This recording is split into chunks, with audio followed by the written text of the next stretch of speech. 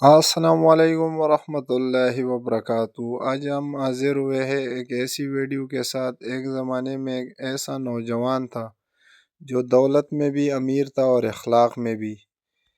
اس کے والد لاہل جوہر کے مشہور تاجر تھے اور ان کی دولت، عزت اور شہرت دور دور تک پھیلی ہوئی تھی۔ نوجوان اپنی دوستوں میں بے حد مقبول تھا۔ وہ احسان کرتا، محبت دیتا اور بدلے میں عزت پاتا۔ لیکن وقت کبھی ایک سا نہیں رہتا۔ دن گزرتے گئے اور ایک دن نوجوان کے والد کا انتقال ہو گیا۔ دولت ہاتھ سے نکلتی چلی گئی، کاروبار ختم ہو گیا اور وہ نوجوان جو کبھی سب کی آنکھوں کا مرکز تھا، آہستہ آہستہ تنہا ہو گیا۔ وہی گھر جس میں روشنی تھی اب اندھیروں میں ڈوب گیا۔ غربت نے اسے مجبور کر دیا کہ وہ اپنی ماضی کے دوستوں کو ڈھونڈے۔ اسی تلاش میں اسے معلوم ہوا کہ اس کا سب سے قریبی دوست اب بے حد امیر ہو چکا ہے۔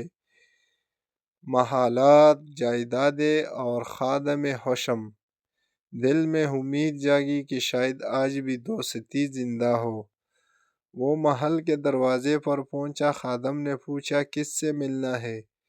اس نے پرانی دوستی کا حوالہ دیا، نام بتایا، محبت کے قصے سنائے۔ خادم اندر گیا اور مالک نے پردے کے پیچھے سے ایک فقیر نما انسان کو دیکھا۔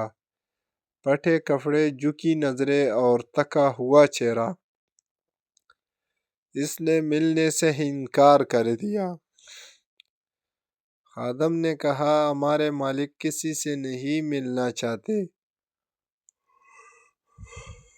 اور یوں ایک دوستی صرف غربت کی وجہ سے دروازے پر ہی مر گئی۔ وہ محل سے نکل آیا، آنکھوں میں آنسو اور دل میں سوال۔ کیا دوستی صرف دولت سے جڑی ہوتی ہے؟ کیا انسانیت اتنی سستی ہو گئی ہے؟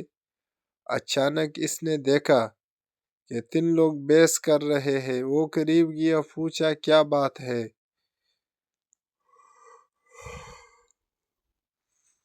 انہوں نے اس کے والد کا نام لیا اور کہا کہ اسی طرح ہمارے پاس پلانے کا قیمتی مال ہے، لیکن اب پریشانی یہ ہے کہ ہم تو اس طرف ہے کہ یہ مال اس تک پہنچایا جائے کسی بھی طریقے سے، لیکن ہمارا ایک ساتھی کہتا ہے کہ یہ مال ہم ان کو نہیں دیں گے۔ وہ چونک گیا، کہا، وہ میرے والد تھے اور بہت پہلے فوت ہو چکے ہیں۔ جب ان تینوں نے یہ سنا جو دینے پر راضی نہیں تھا، وہ شرمندہ ہوا اور کہا کہ میں معافی چاہتا ہوں، یہ امانت ہے، ہمیں آپ کو دے دینی چاہیے۔ انہوں نے ہمارے پاس مرجان امانت رکھوائے تھے۔ اور پھر انہوں نے مرجان سے بھرا ہوا ایک بھاری تھیلا اس کے ہاتھ میں تھما دیا۔ نوجوان حیران تھا، یہ خواب ہے یا حقیقت؟ لیکن مسئلہ اب بھی باقی تھا، اتنی قیمتی چیزیں وہ بیچے تو کہاں؟ راستے میں ایک عمر رسیدہ خاتون ملی، چہرے پر وقار، آنکھوں میں سکون۔ انہوں نے پوچھا، بیٹا مجھے جوہری کی تلاش ہے۔ نوجوان نے مرجان دکھائے۔ خاتون حیران رہ گئی، چند ٹکڑے خریدے اور کہا، میں باقی لینے دوبارہ آؤں گی۔